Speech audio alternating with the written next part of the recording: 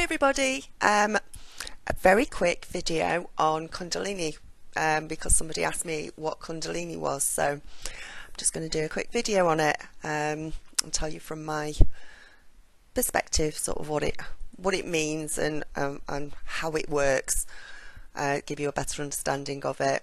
So Kundalini is it's a type of energy, and it usually sits dormant in your first chakra, in your root chakra. If you want to try and imagine what this energy looks like, it is usually related to looking like a coiled snake. Now this coiled snake is coiled 3.5 times, very tight, very secure, and it's right at the bottom of your spine, fast asleep, not knowing much about anything.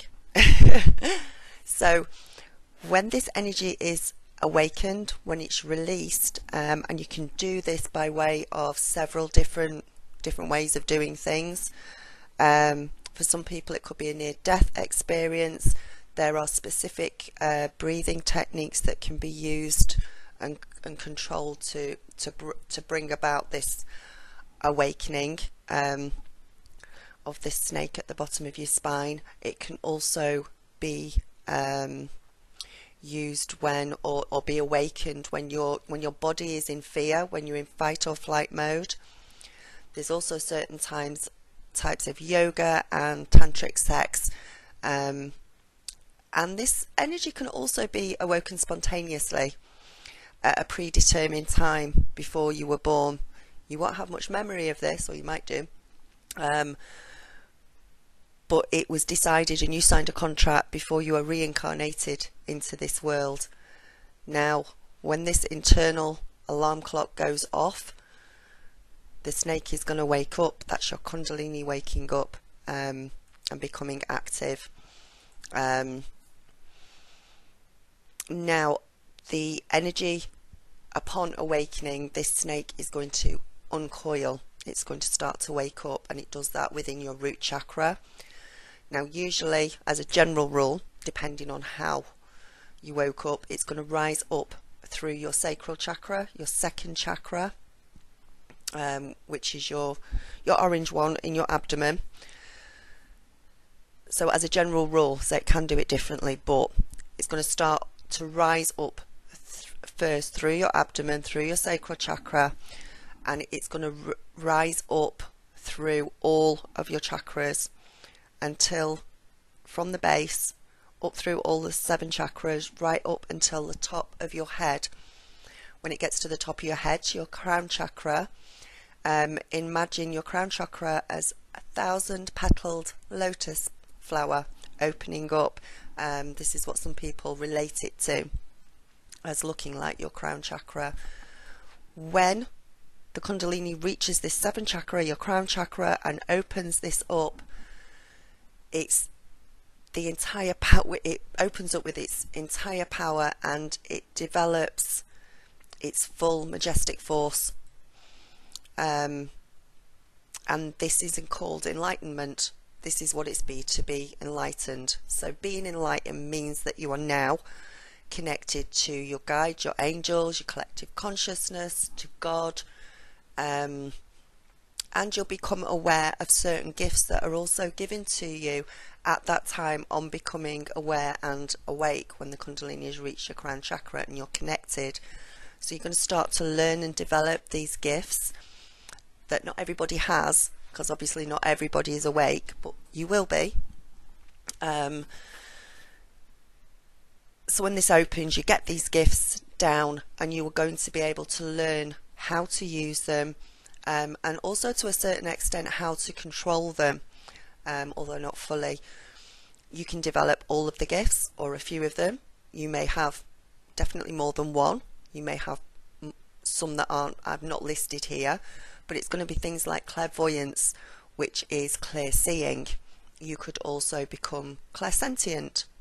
Clairsentient means clear feeling of things. Claircognizant, which means a clear knowing of things, and clairaudience, which means clear hearing of things from your upper realms. You're also going to develop healing abilities, but not for just yourself, but you'll be able to learn how to heal others as well as yourself as well. I'm going to do some separate videos in the future on these because I just want to concentrate on the Kundalini at the moment. So sometimes during life-threatening situations, gives the Kundalini energy a chance to be released. So if you look at stories of how people suddenly have this superhuman strength to save themselves or to save a loved one who's in a life or death or a really dangerous situation, this is how it's done. We've all heard about the grandmother who has to lift this car off to save her grandchild who's underneath it. This was her Kundalini being released and awoken, giving her that temporary power, that strength that she needed to do what she needed to do, to lift that car off her grandchild. Long time ago, yogis, Buddhas, Hindus discovered the secret of Kundalini, and that it can be used to move it very quickly into higher states of consciousness as it rises up through, and use it to connect. So by meditating on the chakras, the Kundalini is activated and it begins to rise. The Kundalini is coiled up like a very tight spring at the bottom of your back, like a snake, and when this power is released, there is sometimes such an explosion of power within you, and if it's properly directed, the Kundalini travels up a tube-like vehicle which is very closely and lies very close to your spine upwards, and this is the vehicle that it uses to go up. Without proper direction, without proper control, the release of Kundalini can become uncomfortable. It can become possibly damaging or dangerous if you don't know what's happening. If you think it's awoken in you, find out as much as you can about Kundalini and chakras. Learn, and do some more learning to be able to learn, control and direct the flow of this energy, this Kundalini. If you need help and advice, ask for it. I've done loads of videos on each chakra awakening, some of the emotional, some of the physical experiences, symptoms from my own point of view that I've gone through, that you can have a look at, which will really help you to understand more about what Kundalini energy is. So on its way up through your spine, it's going to go through each chakra, it's going to cleanse it, it's going to strengthen it, it's going to strengthen the energy body, it's going to strengthen the chakras. Your Kundalini can also go back to sleep. It can slowly descend back down to the base of your spine, recoil itself up and go back to Bobos at some point. So unless you are aware that you are awakened, you need to then make a conscious decision to keep it going, to live day by day spiritually, to nurture yourself, to love yourself, to eat healthily, sleep healthily, look after your gifts, learn the gifts that you've been given, the connection that you've got with your guides and your angels, and make a conscious decision every day that this is the pathway that you want to travel down.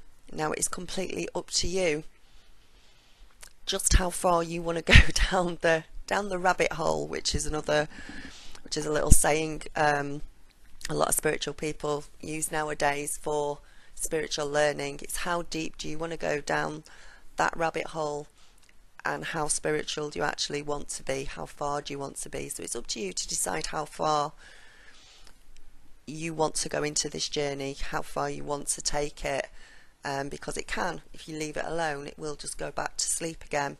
Although saying that, once you're awake, you're never going to forget that you did wake up once, and you're not going to want to go back to sleep, because you are now entering a whole different world, a whole different dimension that you never knew existed. So use the gifts, develop the gifts, learn the gifts that you've got. If you don't, if you don't use them, you lose them. So as we're doing this, as we continue to grow every day, as we continue to learn, we can go through many transformations. We can also go through several more sort of mini awakenings throughout our lifetime as well. This comes over by washing over us in huge waves of spiritual energies which are brought on by the moon and the astrological stars. And as we become more and more connected, we break through all of the programming, the conditioning, the false beliefs, the false belief systems that we've had within this matrix. And in the past, because we were asleep, we allowed it to keep us prisoner. We allowed ourselves to be caught up in an illusion of what we thought reality was, when it isn't. It's just a man-made reality. And once we can break through that and we break out of that conditioning, once we've connected, you don't ever want to go back to sleep after that. So it's just how far you want to take it. So there's a quick explanation of Kundalini. There's loads of stuff on the internet you can go and have a look at to further learn as well. Check out those chakra videos. That will help enormously if this is something you're going through. But when we talk about your chakras and we talk about chakras opening, to have those chakras open, there needs to be an energy, a power that helps it to open, and that is what we call Kundalini. Okay, so hope you enjoyed it. Please like, share and subscribe, and I will speak to you soon. Namaste, blessings and light. Bye.